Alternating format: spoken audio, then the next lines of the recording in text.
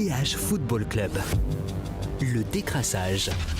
Salut à tous, très heureux de vous retrouver dans le DH Football Club pour un nouvel épisode du décrassage. Casting du jour, bonjour. Il n'a pas bu de bière en zone mixte avec Benito Ramanho, alors il ne nous l'a pas dit. Salut Louis Janssen. Salut.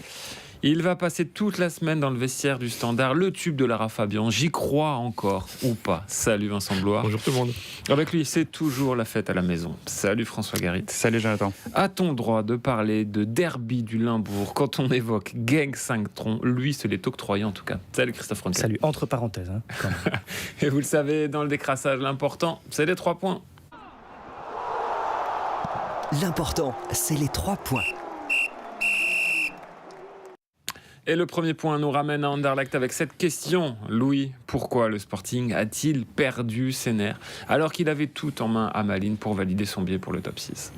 Franchement, on aurait pu le voir venir en première mi-temps. Il y avait beaucoup de fautes, c'était haché, il y avait beaucoup de rouspétance aussi de la part des joueurs. Puis deuxième mi-temps, Anderlecht a pris un peu plus le dessus dans le jeu. Puis il y a une période où en 6 minutes, je crois qu'ils prennent 4 jaunes. Sur tout le match, ils en prennent 7 en comptant les 2 de Bertaccini.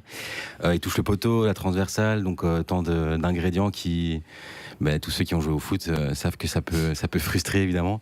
Mais bon, il faut savoir se contrôler, contrairement à Bertaccini peut-être. Petit point mathématique, les conséquences au classement de cette défaite à Malines, qui voit donc Malines se qualifier pour le grand bonheur de Van der Bies, qu'on n'a jamais vu courir aussi vite en fait. Et Anderlecht 5e du coup, donc c'est bon, mathématiquement ils sont pas encore qualifiés, mais bon, ça devrait le faire je pense. Donc on verra. Pour la réception du cercle. Christophe, ça t'a étonné de voir Anderlecht comme ça perdre le contrôle de ses émotions? Je crois qu'ils n'ont pas compris l'arbitrage de Monsieur Laforge. Je crois que c'est le plus british de tous les arbitres en Belgique. C'est lui qui laisse vraiment jouer. Il accepte il y a un niveau de tolérance un peu plus haut que les autres. Et les Malinois, ils ont bien compris. Ils allaient dans les duels et tout. Et je comprenais parfois les Anderlechtois se disaient ouais, mais ça peut être faute. C'est vrai que parfois ça pouvait être faute, parfois non. Et il a retardé les cartons en discutant beaucoup, en disant attention, dernière chance pour toi, dernière chance pour toi. Et quand il y a eu les premiers cartons qui sont tombés, ils ont eu un sentiment d'injustice de se dire ouais, mais pourquoi et Malines pas avant, etc. Donc ils n'ont pas bien compris son arbitrage. Ça peut arriver. Mais c'est là qu'on voit qu'il manque d'expérience. Ce qu'Ozeman a souvent dit. Bon, on peut être énervé 5 minutes et puis se dire bon, on se calme un peu maintenant et tout. Et là, il n'y a personne pour dire les gars, on se calme un peu. Un mec qui au milieu de terrain qui tape le ballon dans la tribune, qui réunit un peu les gars en disant les gars mollo, ça n'existe plus à Anderlecht pour l'instant et ça s'est payé quoi. Après il y a la photo justement pour ceux qui nous voient en vidéo derrière, plus maintenant il y avait De Cat et maintenant Bertaccini. De Cat il a 17 ans, il est resté calme. Il est toujours calme, on a l'impression. Mais le gars, il s'est pas emballé, etc. Il a fait quelques fautes et tout, mais il s'est pas énervé. C'est plus des Bertaccini qui, lui, est peut-être un peu aussi nerveux parce qu'il joue, il est plus titulaire. Il y a un peu tout ça aussi qui a joué. Donc voilà, Saliba, c'est dans sa nature. Donc, ils ont été un peu aussi... alors c'est bizarre parce que c'est censé être... ils sont censés avoir géré ça, mais un peu l'énergie de ce match, la folie du stade, de Malines, qui était quand même une équipe très accrocheuse, qui était emportée vers sa qualification vers les playoffs 1. Il y a eu les événements aussi frustrants comme les poteaux, la latte. Et donc, ouais, tout ça fait probablement qu'Anderlecht a été un peu peut-être dépassé par l'atmosphère du match. Alors que normalement, c'est quand même une équipe qui est censée, malgré ses jeunes joueurs, savoir gérer ce genre de... T'as surpris François? C'est pas complètement nouveau. Si je me trompe pas, c'est la 2e équipe avec le plus de cartons jaunes cette saison, avec 76 cartes devant, juste derrière OHL. Donc oui, c'est une équipe qui, j'ai l'impression, est assez frustrée de manière générale aussi, vu les montagnes russes qu'elle connaît. Et comme Louis l'a expliqué, il s'est passé tellement de choses dans ce match. Anderlecht aurait dû gagner. Et c'est d'ailleurs 2 équipes malades en fin de match. Et on se demandait qui allait prendre ce but. Je pense que les deux sont vraiment pas bien. Yves Teldeman l'écrivait la semaine dernière. Finalement, ça c'est pas bien joué pour Anderlecht. Ouais, Louis, c'est vrai qu'il y a eu quand même un gros déficit d'efficacité parce qu'ils ont eu les opportunités, les moves pour marquer. Oui, c'est ça. En fait, ce qui est drôle, c'est qu'ils ont perdu plus de duels que d'habitude. Donc, sous Asie, c'était souvent la force d'Anderlecht. Ici, c'est l'inverse. Ils se sont créés quand même quelques occasions. Torgan aussi, à la fin de la première mi-temps. C'est peut-être ce qu'il faut retenir, en fait. C'est que, voilà, ils ont créé des opportunités et il faut juste faire en sorte que ce soit une erreur de parcours et pas que l'euphorie s'arrête là. Il y a eu l'euphorie les dernières semaines avec Taravel. Donc, faudra voir dès dimanche. Il y a eu l'euphorie, mais ça n'empêche que c'est quand même que 2 victoires en 11 matchs de championnat. Donc, en fait, on se demande aussi qu'est-ce qu'Anderlecht peut faire concrètement dans cette Champions aussi League. du parcours en coupe.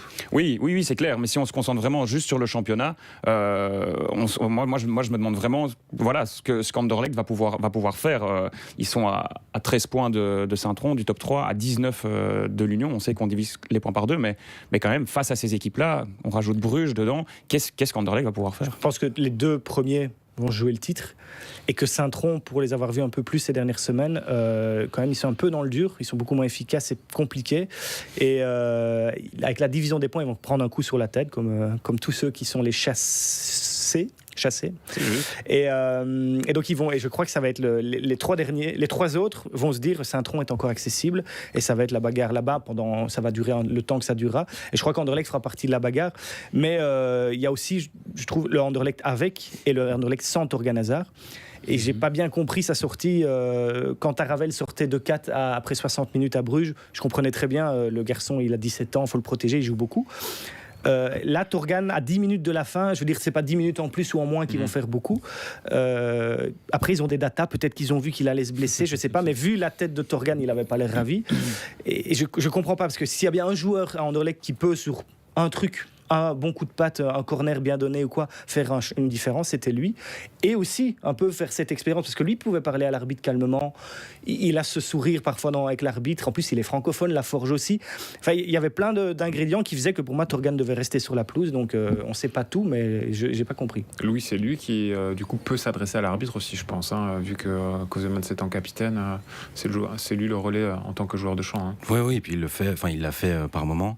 Un truc aussi qu'il faut garder en tête, c'est que dans les confrontations entre les clubs qui sont actuellement dans le top 6, Anderlecht s'en sort pas trop mal, donc il ne faut pas se dire que voilà, les playoffs, que tout sera concentré sur la finale de la Coupe. Il y a quelque chose à jouer, il y a une troisième place à aller chercher, je pense aussi. Donc, sauf si Anderlecht gagne la Coupe, ils n'ont plus d'intérêt. Alors, oui. L'avantage de la finale de la Coupe, c'est que pour une fois, elle n'est pas avant le début des playoffs. Elle sera pendant, mais peut-être qu'Anderlecht, si admettons Anderlecht gagne la Coupe, est en bagarre pour la troisième place, ils peuvent relâcher totalement, ce qui pourrait un peu aussi fausser les playoffs, mais ça, là on tire beaucoup de conclusions. Il ne faut pas oublier que c'est comme l'Union en finale de la Coupe. Petit point quand même sur le classement, parce que donc, l'Union, Bruges, Saint-Tron et Malines joueront les Champions Playoffs. On a 4 équipes pour 2 places. Anderlecht qui a 44 points, la Gantoise 42, Genk 41, le Standard 39. On va y arriver tout doucement. Anderlecht qui va jouer contre le Cercle, 1 point suffira pour valider le ticket pour le top 6. 6 défaites il font donc espérer que Genk ne gagne pas et que la Gantoise ne gagne pas non plus en même temps. Et surtout, Genk doit gagner, mais Genk doit gagner avec très largement pour refaire sa différence de but, puisqu'ils auront le même nombre de victoires, Genk et Anderlecht, s'ils sont à égalité, et il y a 6 buts de différence. C'est ça. Ils jouent à la Louvière. L'équipe qui est capable de faire 6 buts de différence à la Louvière, je ne sais pas si je l'ai déjà vu en Belgique. C'est quasiment acté. Un truc aussi, c'est que donc ils terminent 11e en 2023 avec 46 points. Là, ils en ont 44, ils sont 5e. Ouais, donc le championnat est très dense, avec un peu de différence. Ou qu'il est nivelé par le bas, c'est une question de point de vue. En parlant de nivelé par le bas, désolé pour la transition Standard. On a évoqué, Vincent, les conditions pour Anderlecht pour valider son ticket pour les Champions Playoffs. 0,01% de chance. Je suis pas assez bon en maths pour faire le calcul, mais non, il faut donc d'abord que Genk ne gagne pas à la Louvière, il faut que le Standard batte Westerlo et il faut que Gand perde largement à Dender. Et alors j'ai fait le calcul parce que donc le troisième critère c'est la différence de but. Si Gand perd 6-0 et que le Standard gagne 6-0, il serait à égalité à la différence de but, enfin au nombre de points, au nombre de victoires, et la différence de but serait égale, mais le Standard serait quand même derrière parce qu'ils ont un nombre total de buts inférieur. J'espère que vous suivez toujours. Donc il faut gagner 7-0 contre Westerlo. Il faut gagner 7-0 contre Westerlo et que Gand perd 6-0. Voilà. C'est jouable. Un miracle. Un miracle. Après, comme disait Vincent Evrard hier, il estime que c'est pas sur ce match précisément que le Standard perd cette Champions Playoff. On n'est pas obligé forcément de le croire non plus. Quand même. Non, après, c'est vrai que comme c'est le match le plus frais, le plus récent, et vu le scénario du match, forcément, il y a des regrets sur ce match, mais c'est vrai qu'il y a d'autres rencontres au préalable où on s'est dit que le Standard aurait dû prendre plus de points.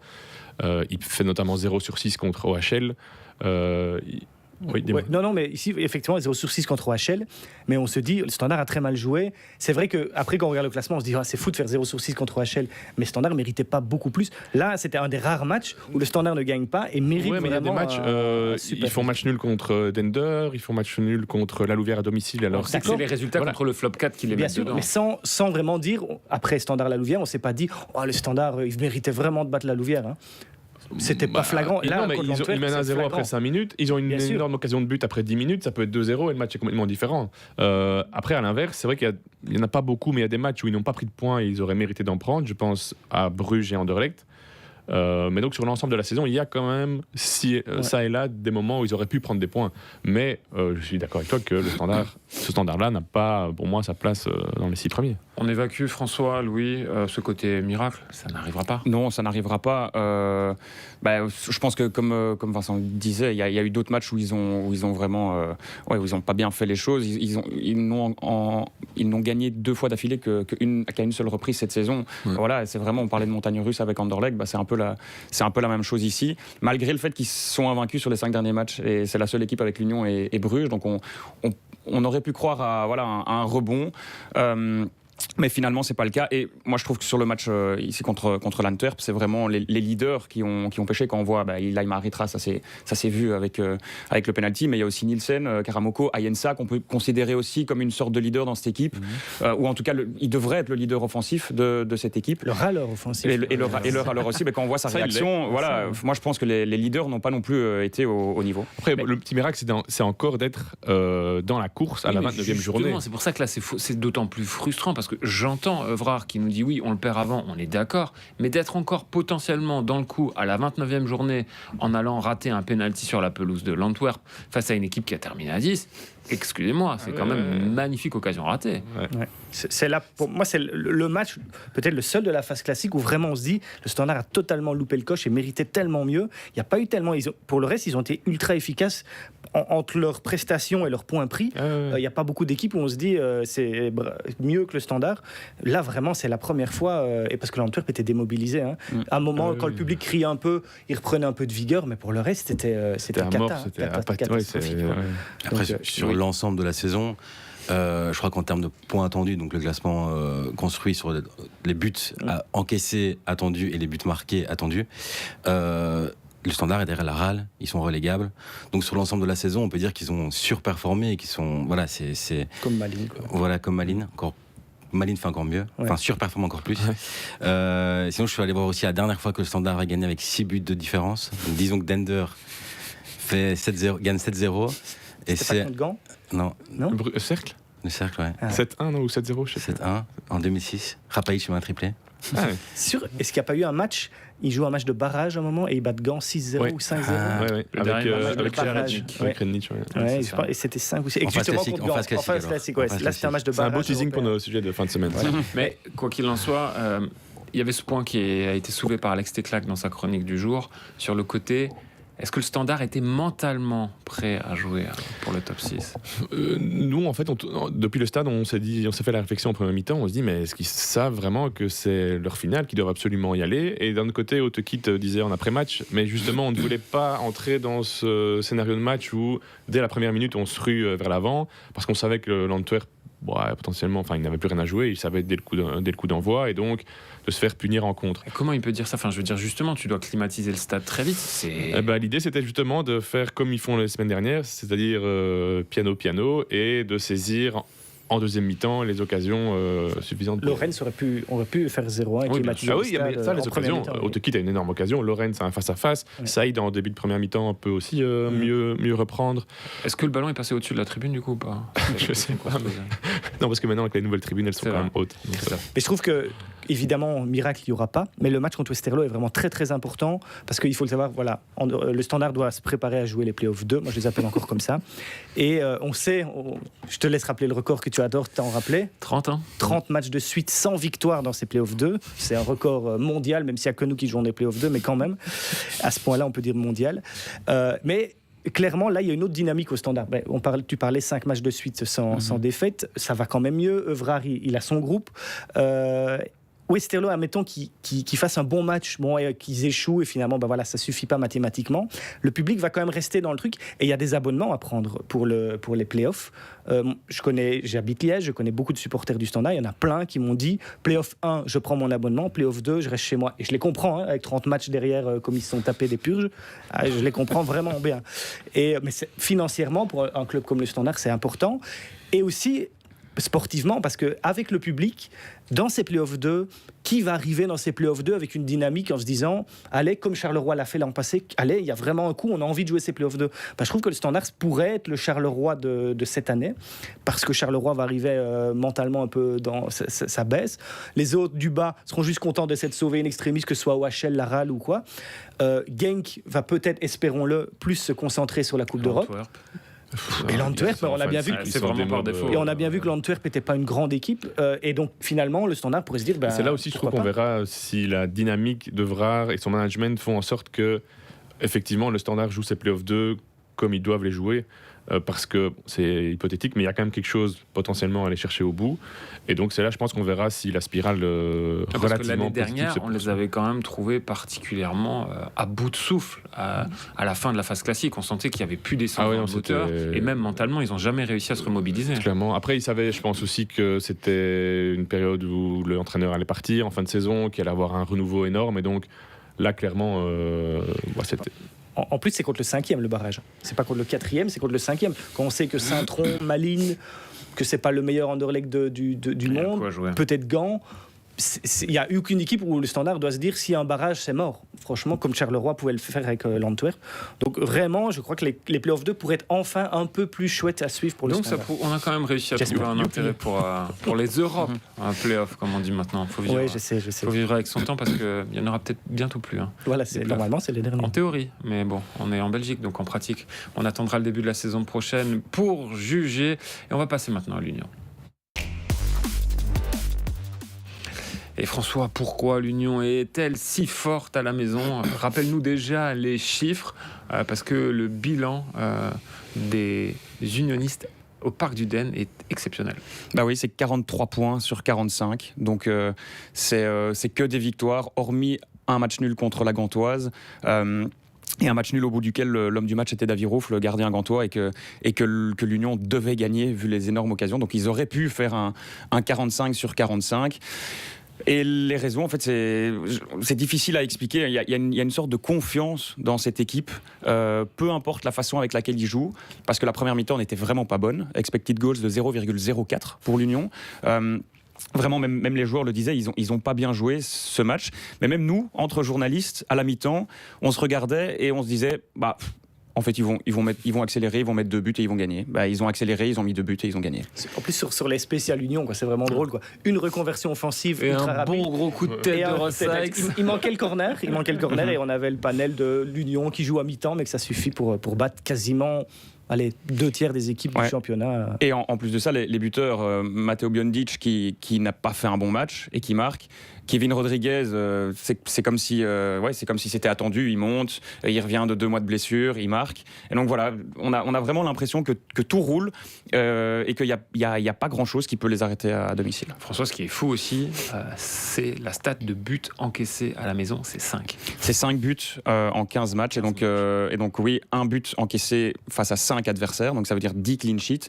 Ici, ils ont même utilisé 2 gardiens. Ils ont regardé. Avec Skerpen, ça fonctionne en première mi-temps. Avec Chambard aussi, ça fonctionne en seconde période. Petite blessure pour Skerpen ? Oui, petite blessure, mais a priori rien de trop inquiétant. On l'a vu jouer avec son fils après le match dans le goal, donc ça allait a priori, même s'il va y avoir quand même un petit check en ce début de semaine.